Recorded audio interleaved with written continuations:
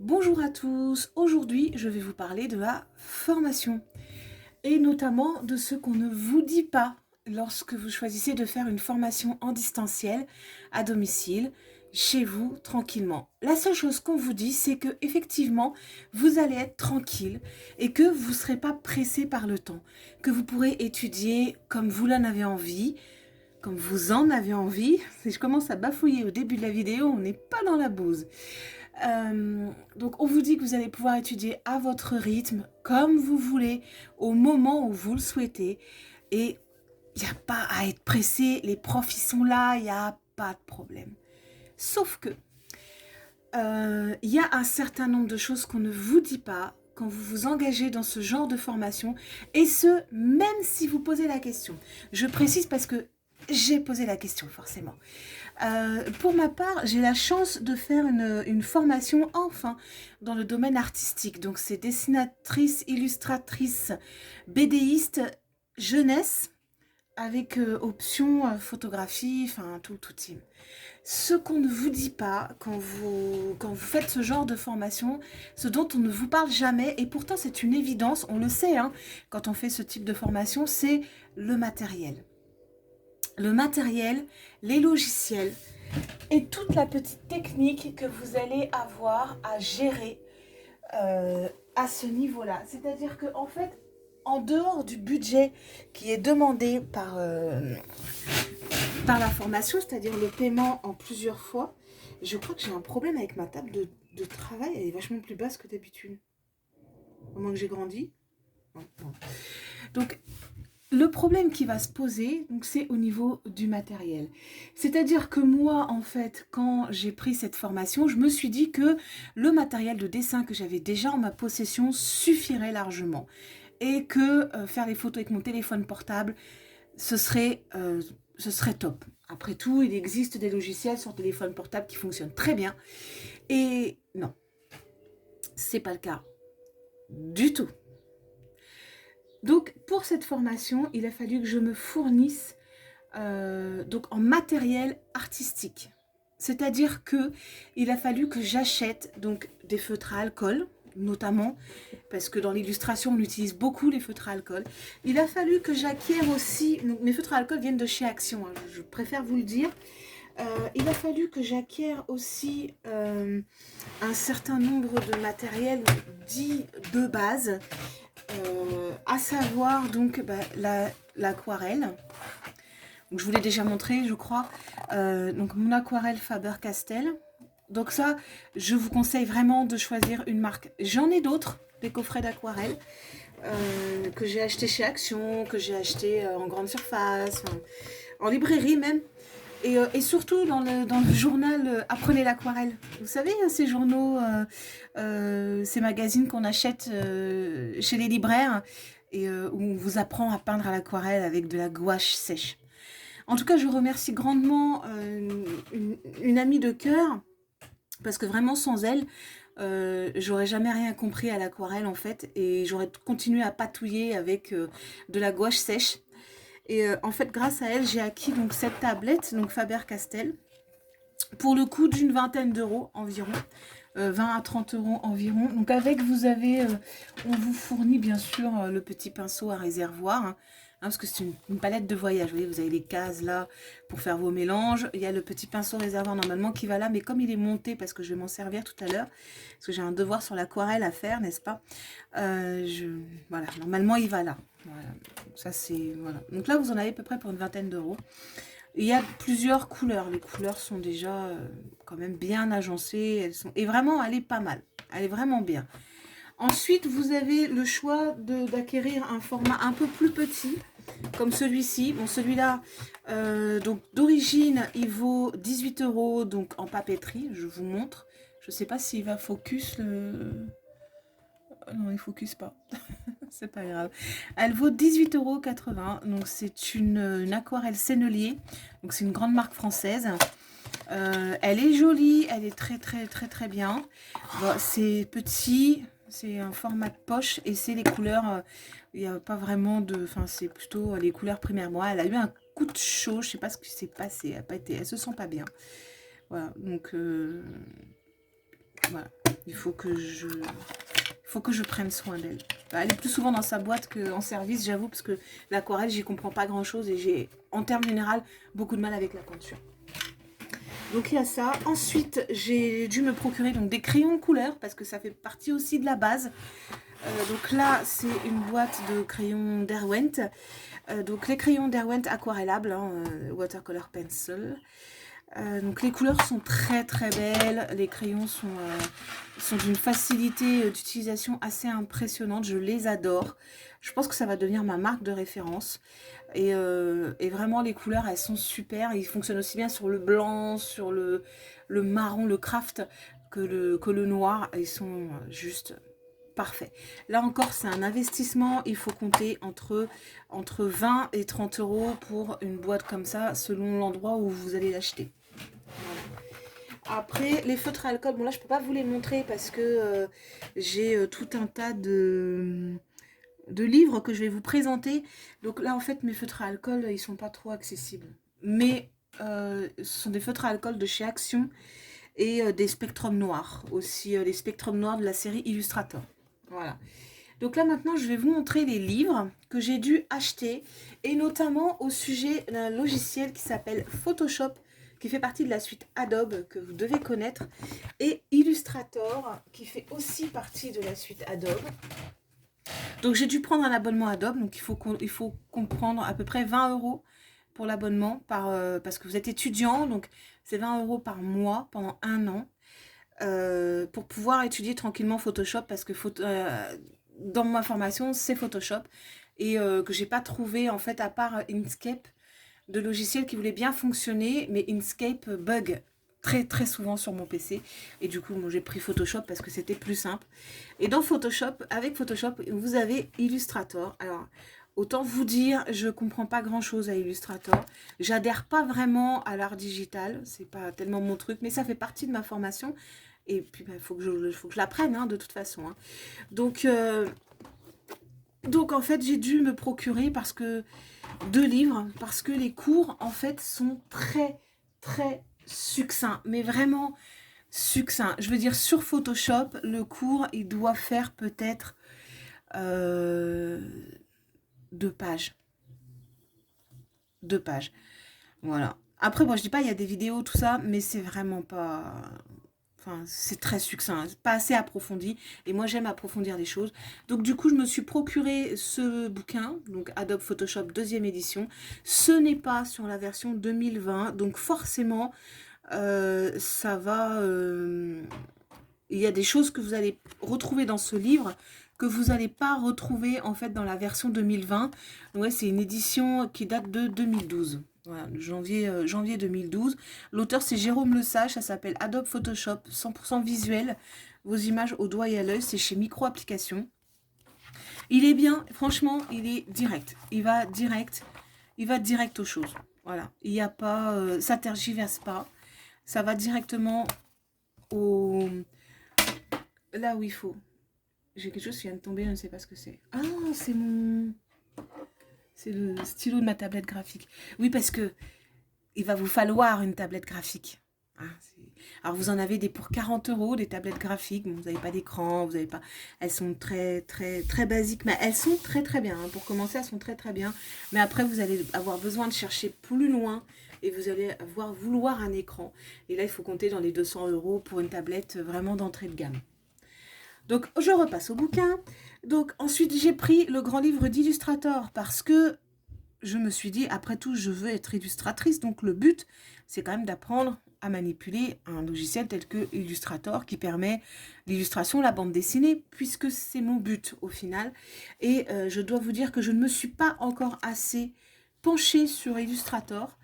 Le livre, il est écrit en tout petit, en tout petit.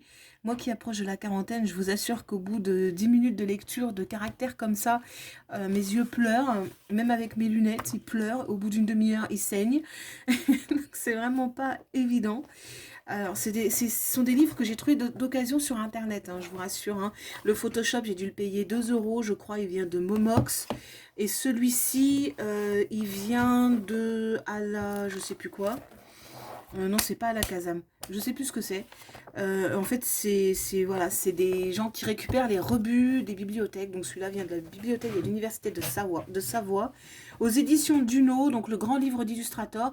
Donc là, pareil, il faut accepter le fait que ce ne soit pas le Illustrator 2020, mais ce qui était le plus récent à l'époque de l'édition du livre. C'est-à-dire CS2, CS3, CS4, mais grosso merdo, il n'a pas tellement changé Illustrator en final. Hein. J'ai regardé rapidement et visiblement ça n'a pas tellement changé. Mais j'avoue, Illustrator, il faudra que je m'y mette. Peut-être cet été si j'ai le temps. Là, franchement, j'ai même pas encore eu le temps de... J'ai lu une partie du livre, mais j'ai même pas encore eu le temps de vraiment aller voir Illustrator, comment ça se passe sur la plateforme et tout ça. Donc là, c'est pour Illustrator. Ensuite, on va entrer dans le secteur de, comment vous dire, le dessin. À proprement parler, le dessin. Donc, il va falloir, pour apprendre à bien dessiner, il va falloir apprendre l'anatomie, évidemment. L'anatomie, c'est important. L'anatomie des animaux et l'anatomie des hommes. Voilà. Et dans ce but, sur les conseils donc, de mon amie de cœur, qui est une artiste dont j'admire énormément les œuvres, j'ai acquis donc ce hors-série de Bi-Artiste qui s'appelle donc Maîtriser l'anatomie des animaux. Et il y a aussi donc, un petit pas à pas Photoshop. Le pas à pas Photoshop, je ne l'ai même pas regardé. Je me suis surtout focalisée sur en fait les techniques d'anatomie, donc que ce soit au niveau de l'homme ou des animaux en fait. Hein, j'ai surtout zioté ça pour m'entraîner vraiment. Après, il est très joli, hein, il est très bien fait, il est vraiment très bien. Donc, si vous pouvez le trouver, vous devriez pouvoir le trouver sur Internet. Bon, là, c'est un peu cher. Hein. De toute façon, les livres de dessin, c'est cher à la base. Hein. Donc là, il est à 17,90 €. Mais vraiment, c'est une bible au niveau de l'anatomie. Il est génial. Donc, autre bible que j'ai aussi au niveau de l'anatomie, c'est un livre sur l'anatomie à colorier que je vous présente dans un haul que j'ai fait à la recyclerie, pas très loin de chez moi. En fait, il était là, il m'attendait, il m'a appelé, j'étais à la caisse et là, je l'ai vu. Et en fait, ce livre, il va m'être utile, pas vraiment au niveau des cellules, au niveau de tout ça, mais surtout au niveau en fait des muscles, des placements des muscles et du squelette. Voilà, parce que déjà ça va m'apprendre plein de choses que je ne connaissais pas et en plus ça va me permettre d'appréhender le mouvement des personnages autrement. Alors au début, quand vous faites une petite formation comme ça, ou que vous ne comprenez pas trop pourquoi il faut se pencher sur l'anatomie humaine, c'est quand vous commencez à dessiner des êtres humains que vous vous rendez compte que effectivement c'est bien de savoir où sont les muscles et les os. C'est très important en réalité. Hein. Donc voilà. Donc celui-là, il est aux éditions Edicem Malouane. Edicem Malouane. Donc c'est écrit là. Il s'appelle L'anatomie à colorier, 3e édition revue et augmentée. Et il est de Capité et Elson. Voilà. Et il est génial. J'ai jeté un œil. Il est nickel. J'ai pas encore eu le temps vraiment de me plonger dedans. Je viens de l'acheter en même temps, donc forcément, voilà. Ensuite, toujours dans l'anatomie et le désir de vouloir créer des personnages qui soient sympas et accessibles, en fait, je me suis penchée plus avant sur donc l'être humain, le fait de dessiner l'être humain. Donc j'ai acquis ces deux livres-là. Toujours des livres d'occasion. Hein. Ce ne sont pas des livres neufs, hein, je précise. Je les ai achetés d'occasion sur le site de la FNAC. Souvent à 50 voire 60% moins cher. Donc celui-ci en fait sont le visage et les expressions. C'est quelque chose que j'ai énormément de mal à appréhender malgré le fait que je n'ai dessiné pendant 20 ans que des portraits. En fait j'ai beaucoup de mal avec les expressions de ce genre. Donc du coup, ce livre, il m'aide beaucoup dans mes recherches, notamment pour faire tourner les visages, parce que quand vous êtes portraitiste, vous faites des portraits de face. Souvent, les gens, ils vous envoient pas de photos où ils sont de profil de 3/4 ou je ne sais quoi. Vous faites souvent des portraits de face. Et du coup, ben, on oublie en fait que ben, la face n'est pas plate. Tout simplement. Et là, en fait, moi, je suis en train de tout réapprendre. Donc, du coup, j'ai acheté ce livre. J'ai dû le payer 2 euros d'occasion. Une vraie occasion, il n'y a pas de souci. J'ai aussi acquis celui-ci. Donc, celui-là est aux éditions Mango.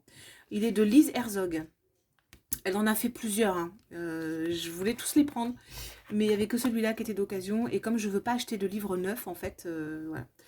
Ensuite, en autre livre d'occasion, il y a celui-là. Pour le corps humain. Voilà. Le corps humain, la tête, comment placer les choses. Donc ça vous explique, au début, vous avez plusieurs pages pour vous expliquer un petit peu l'importance justement de l'anatomie, de connaître l'emplacement des muscles. Et il est vraiment bien. Il est vraiment bien. Mais il faut déjà être quand même un peu avancé en dessin pour pouvoir reproduire les planches qui sont dessus. Ou alors il faut vraiment bosser que sur ça pendant une semaine. Et très sincèrement, j'aime pas la monotonie, donc du coup voilà. Donc celui-là s'appelle Morpho Anatomie artistique, forme synthétique de Michel Lauricella. Et il y en a d'autres. Du même auteur, on a squelette repère osseux, mains et pieds, XXL corps bodybuildé. Alex, t'entends ça un peu? Forme articulaire, fonction musculaire et graisse et plis de la peau. Voilà. Il n'a pas de reliure, donc du coup, on peut vraiment le mettre à plat. Voilà, et ça évite d'avoir les pages qui vont venir se refermer pendant que vous êtes en train d'essayer de reproduire une des planches. Le but, il est là. Hein. Le but, c'est de reproduire les planches quand même pour pouvoir arriver à acquérir le coup de trait qui va vous permettre de donner du mouvement à vos personnages. Donc, et comme je veux faire de la BD, donc ça m'intéressait parce que quand on fait de la BD, on fait de tout. Hein. Donc comme je veux faire aussi de la BD figurative, j'ai presque envie de dire, naïve, je me suis intéressée aussi au manga. Donc, j'ai acquis ce livre-là, d'occasion, aussi, de Mina Petrovic, aux éditions Erol. J'aime beaucoup les éditions Erol, ils font des tas de trucs sur le dessin. Ils sont peut-être spécialisés, d'ailleurs. Je n'ai jamais pensé à regarder, enfin bref. Et celui-là, en fait, il va vous apprendre à structurer le personnage, à reproduire les chevelures.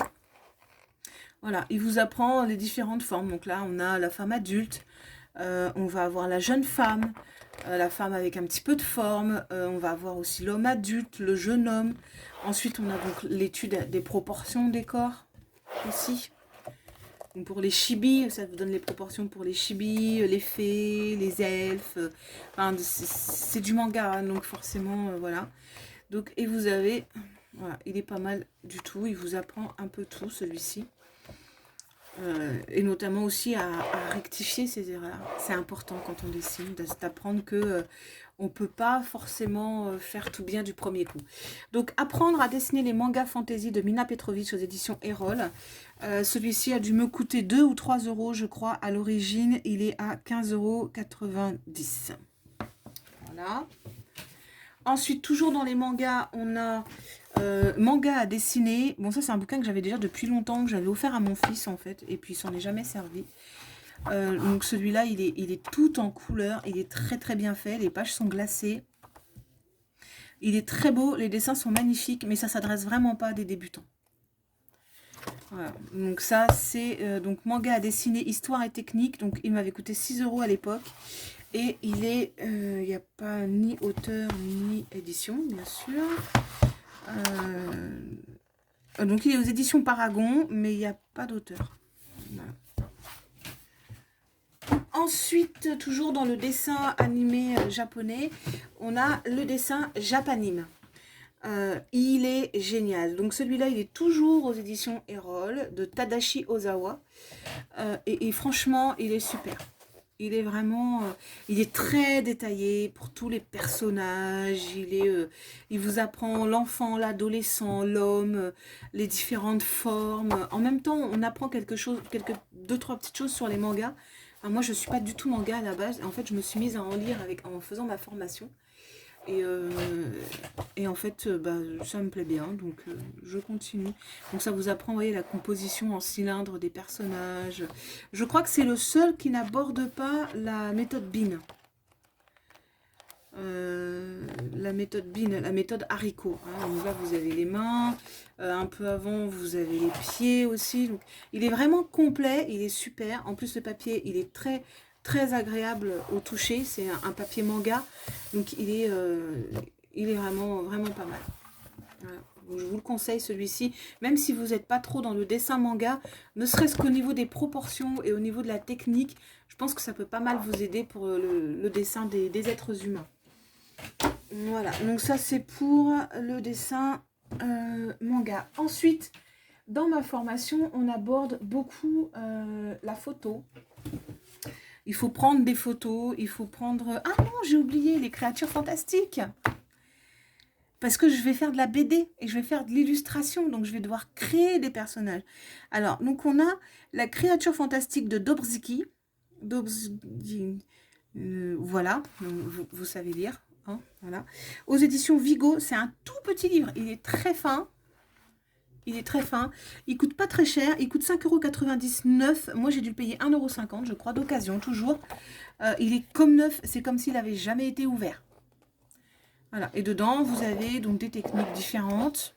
Voilà. Et vous avez donc différentes créatures, ogres, pixies, lutins, et teens et compagnie. Voilà. Il est très bien aussi, celui-ci. Très fin, mais très bien. Voilà. Ensuite, donc je vous disais, on aborde la photo et le numérique dans cette formation. Donc du coup, il a fallu que j'acquière des livres sur le numérique. Donc j'ai acquis illustration SF, peinture numérique avec Photoshop aux éditions Erol, toujours de Gary Tonge. Donc c'est un rebut de bibliothèque. Voilà, donc de la médiathèque, de la Cité des Sciences et de l'Industrie. Voilà. Oh, pardon. Ah, il est magnifique ce livre. Même si vous n'avez pas l'intention de faire de peinture numérique, je vous assure, je l'ai lu d'une traite. Il est très très beau. Les illustrations, vous voyez, j'en bafouille. Les illustrations sont d'une beauté absolument hallucinante. Et il explique très très bien. Et ça, je crois que c'est vraiment... ça, c'est juste fantastique. Il explique vraiment très bien. Je vous le recommande, même s'il est un peu vieux, un peu ancien. Je vous le recommande quand même parce qu'il est vraiment bien. Donc, neuf et il coûte 22 €. Moi, j'ai dû le payer 2-3 €, je crois. Ça devait faire 6 €, je crois, avec les frais de port. Il est vraiment super. Alors, je vous donne aucun site, hein, parce que c'est vraiment... Je les achète sur la Fnac, en fait, hein, d'occasion. Et c'est la Fnac, en fait, qui va regrouper plusieurs sites. Ensuite, on a donc l'aspect photographie du métier de dessinateur. Où on va vous demander d'apprendre à utiliser un appareil photo numérique et pas un téléphone portable.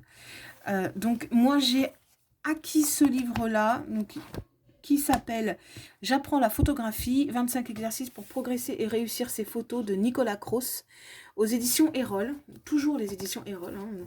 Il est super aussi. Franchement, il est vachement bien expliqué, il vous explique les postures qu'il faut adopter, enfin, il est super. J'ai pas vraiment eu l'occasion à 100% de le lire entièrement, parce que je suis pas ressortie faire de sortie photo depuis qu'il s'est mis à pleuvoir. Et quand il s'est mis à faire beau, en fait, j'avais plus le temps parce que j'avais des devoirs à faire. Donc du coup, ça ne s'est pas représenté. Mais j'ai l'intention d'en faire une soit jeudi, soit vendredi, s'il fait beau. Et de mettre en pratique donc les conseils qui sont là-dedans. Et qui sont vraiment très bien et très bien expliqués. Ensuite, j'ai trouvé Anos... un hors-série de trucs et astuces photo qui vous offre un guide complet de Photoshop. Donc en fait, c'est le guide complet de Photoshop. Donc c'est de cette année, ça, je crois. Je crois qu'il est de cette année, celui-ci. Ça valait 2,90 €. Je l'ai payé 60 centimes à Nose. C'est le Photoshop un peu plus récent que le bouquin que je vous ai présenté tout à l'heure. Donc du coup, il y a un peu plus de choses. Mais voilà, il est pas mal. Il est bien aussi. Mais franchement, quand j'achète un bouquin, j'essaye de me démerder que ce soit un bouquin qui vale le coup. Parce que sinon, ça sert à rien d'acheter un livre si on sait qu'on l'ouvrira jamais. Parce que les conseils qui sont dedans ne correspondent pas du tout à ce que vous voulez faire, en fait.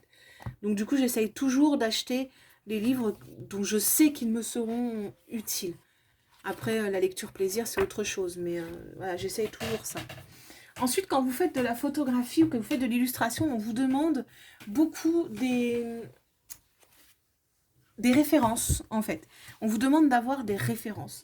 Et mes références à moi, donc ça va être tous ces livres-là, mais ça va être aussi les magazines de pop culture, de cinéma, de séries, les magazines d'animé aussi beaucoup, et les magazines en général, mais les beaux magazines.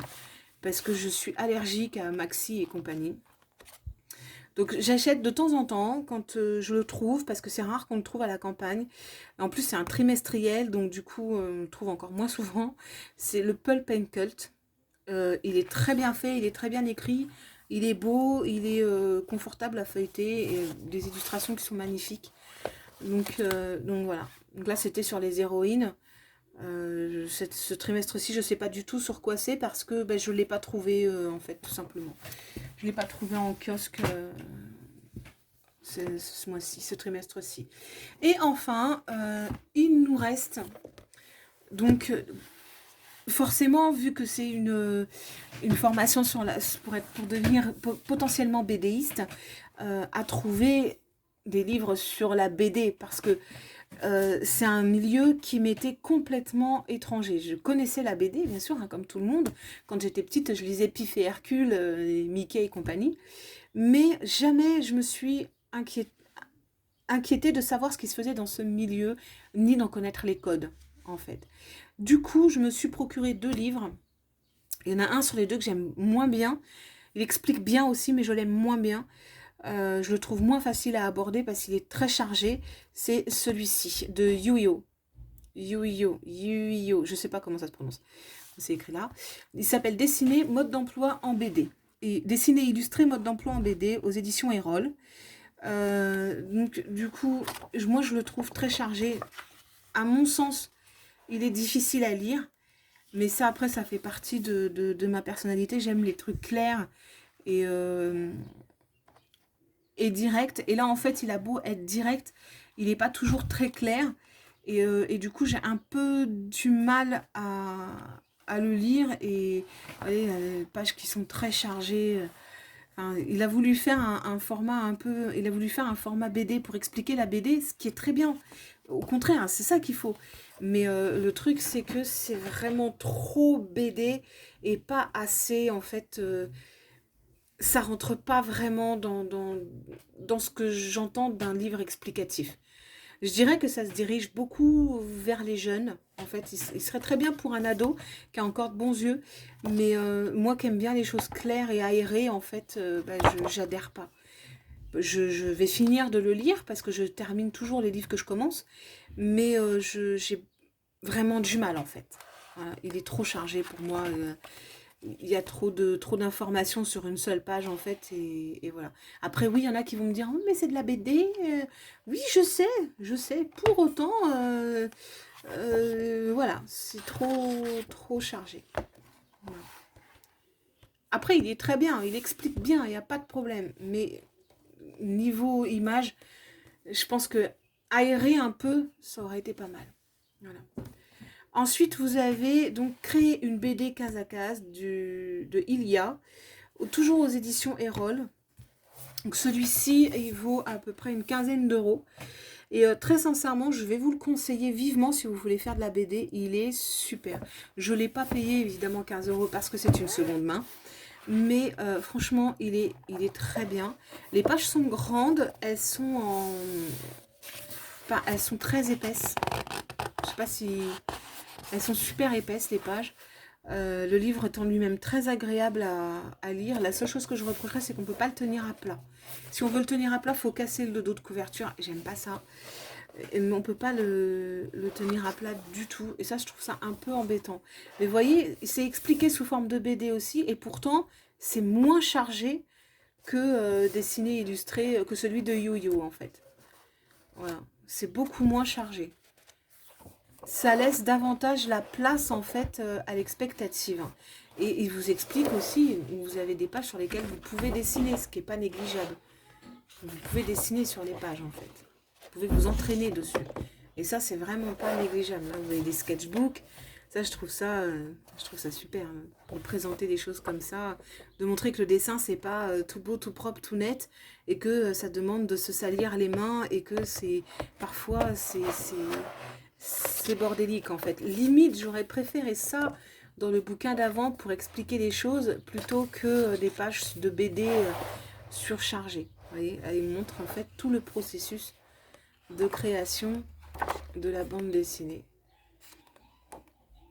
L'encre, voilà. Les dessins au crayon bleu, enfin voilà, je le trouve, il est bien, il est bien. Donc là, ça nous dit qu'il y a accumule plus de 30 ans d'expérience en tant que scénariste, dessinateur, éditeur de bande dessinée. Il a été publié par Marvel, Comics, Images et Kodansha. Kodansha au Japon. Et par beaucoup de maisons d'édition. Voilà. Il a adapté notamment le Roi Lear en manga. J'aimerais bien voir ça, tiens. Le Roi Lear en manga. Du Shakespeare. Ça doit faire bizarre. Donc voilà, donc là on en arrive à la fin de la présentation de mes livres et du matériel. Surtout faites attention, posez bien la question, est-ce que je veux faire cette formation, est-ce qu'il y a du matériel à avoir? Est-ce qu'il y a des logiciels à acquérir? Est-ce que il va y avoir des choses secondaires à acquérir?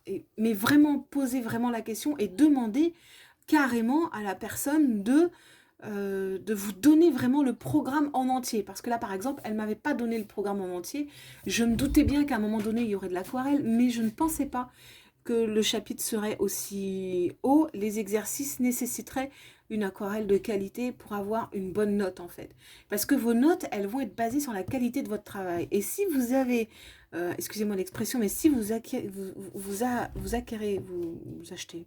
Enfin bref, si vous avez un matériel de merde, vous allez rendre un travail de merde et résultat, eh ben, vos notes, elles vont s'en ressentir. Par exemple, au niveau des liners et des feutres d'ombrage, j'ai dû aller acquérir des Faber-Castell. J'ai dû acquérir des Pitt. Voilà, des Faber-Castell Pitt Artist. Pitt Artist Pen, Fine Liner, Black 199, etc., etc. À l'encre de Chine parce que ça a un meilleur rendu et forcément comme les documents sont scannés, pensez-y à ça aussi. Si vous faites une formation en distanciel, si vous n'avez pas un bon scanner, si vous n'avez pas un ordinateur qui peut supporter la lecture toute une journée de vidéos sans bugger à la fin, c'est même pas la peine de vous lancer. Il faut vraiment avoir le scanner qui va bien. Parce qu'au départ, on va vous dire, vous pouvez scanner avec votre ordinateur, avec votre téléphone portable. Il existe des applications qui sont très bien, sauf que les profs, eux, au bout d'un moment, ils vous disent, ce serait bien d'utiliser un scanner. Parce que avec le téléphone portable, vous avez beau utiliser une application scanner, comment dire, ça rend pas vraiment ce qu'il faudrait. Parce qu'il y a des réglages à faire au niveau du scanner qu'on ne peut pas faire avec le téléphone. Et du coup, en fait, vos notes, elles s'en ressentent. Et je vois la différence entre le moment où j'ai envoyé mes devoirs via mon téléphone portable, via une application de scanner, et la différence qu'il y a avec le vrai scanner, parce qu'en fait j'en avais un, mais mon imprimante ne voulait plus le mettre en route, donc j'ai dû acquérir un nouveau scanner, et du coup la différence qu'il y a de notation, elle est vraiment là, quoi. Elle est vraiment là. Idem pour les feutres, les crayons de couleur, les critériums, les crayons de papier, achetez-vous, mettez le prix dès le départ en fait. Parce que déjà c'est du matériel que vous allez garder longtemps. Les Derwent on les garde très longtemps. Les feutres à alcool ça se garde longtemps aussi. Enfin ça se garde longtemps.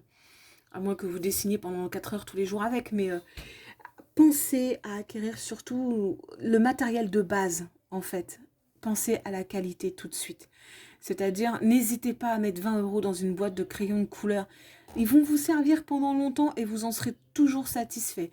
Que si vous mettez 10 balles, je dis une bêtise en fait, 5 € dans une boîte de crayons de couleur de supermarché, ou de crayons de couleur d'écolier, hein, tout bêtement, en fait, vous allez le regretter parce que vous ne pourrez pas aller au bout du matériau parce que la qualité, elle est moindre et du coup, on ne peut pas faire... Enfin, les possibilités sont limitées autant que la qualité du matériau, en fait. Autant que la qualité du médium. Et du coup, plus vous avez un médium de bonne qualité, plus vous allez pouvoir avoir un travail qui va être de qualité et vous en sortir au niveau des notes. Parce que l'important dans une formation, on a beau le dire, c'est pas forcément... C'est ce qu'on apprend, évidemment, mais c'est aussi le fait de produire quelque chose qui ait une qualité. Si vous faites de la merde, vos profs, ils vont vous le dire. Moi, ils se sont pas gênés pour me le dire au début, parce que j'avais pas le matériel que j'ai maintenant, et ils m'ont dit que... Ils m'ont clairement fait comprendre qu'il fallait du matériel de qualité pour faire du travail de qualité. Voilà, donc c'est ça que je vous conseille, en fait. Quand vous vous lancez dans une formation à distanciel, renseignez-vous sur le matériel, renseignez-vous sur l'investissement à côté, réfléchissez bien. C'est une chose que j'ai pas fait, j'aurais aimé qu'on m'en parle, donc je vous en parle aujourd'hui et j'espère que ça vous sera utile au maximum pour tous ceux qui veulent faire ce genre de formation. Vraiment, n'hésitez pas à demander des renseignements. Renseignez-vous sur les forums aussi de formation en distanciel, pour savoir s'il n'y a pas des gens qui ont eu des difficultés via l'envoi des devoirs en numérique ou le fait de faire des devoirs avec du matériel de basse qualité ou ce genre de choses-là. Et je pense que ça vaut vraiment le coup de se renseigner parce que l'investissement de départ sur une formation à distance comme ça, surtout sur une formation artistique, il est lourd. Il faut pouvoir le supporter. Et je vous assure que quand on est comme moi, parent aidant et maman au foyer et que on vit du RSA, c'est compliqué d'investir. Il faut trouver les bons plans. Des bouquins à 2 €, ça se trouve, hein, mais il faut tomber dessus, quoi. Mais il faut chercher longtemps. Voilà. Donc j'espère que cette petite vidéo aura pu en aider certains d'entre vous et que vous avez aimé mes livres. Moi j'adore les feuilleter. Donc voilà, je vous les recommande vraiment tous. Ils sont très bien à différents niveaux et ils vous aideront énormément si vous choisissez une formation dans ce domaine. Voilà. Après, il y en a d'autres que j'aimerais commander mais qui coûtent une blinde, donc il faut que j'attende. Je mets peu à peu des petites pièces de côté pour pouvoir les commander un jour. Voilà. Donc sur ce, je vais vous laisser. Je vais vous souhaiter une bonne fin de journée sous le soleil. En Picardie, il y a du soleil. Donc c'est magnifique, c'est tellement rare. C'est magnifique.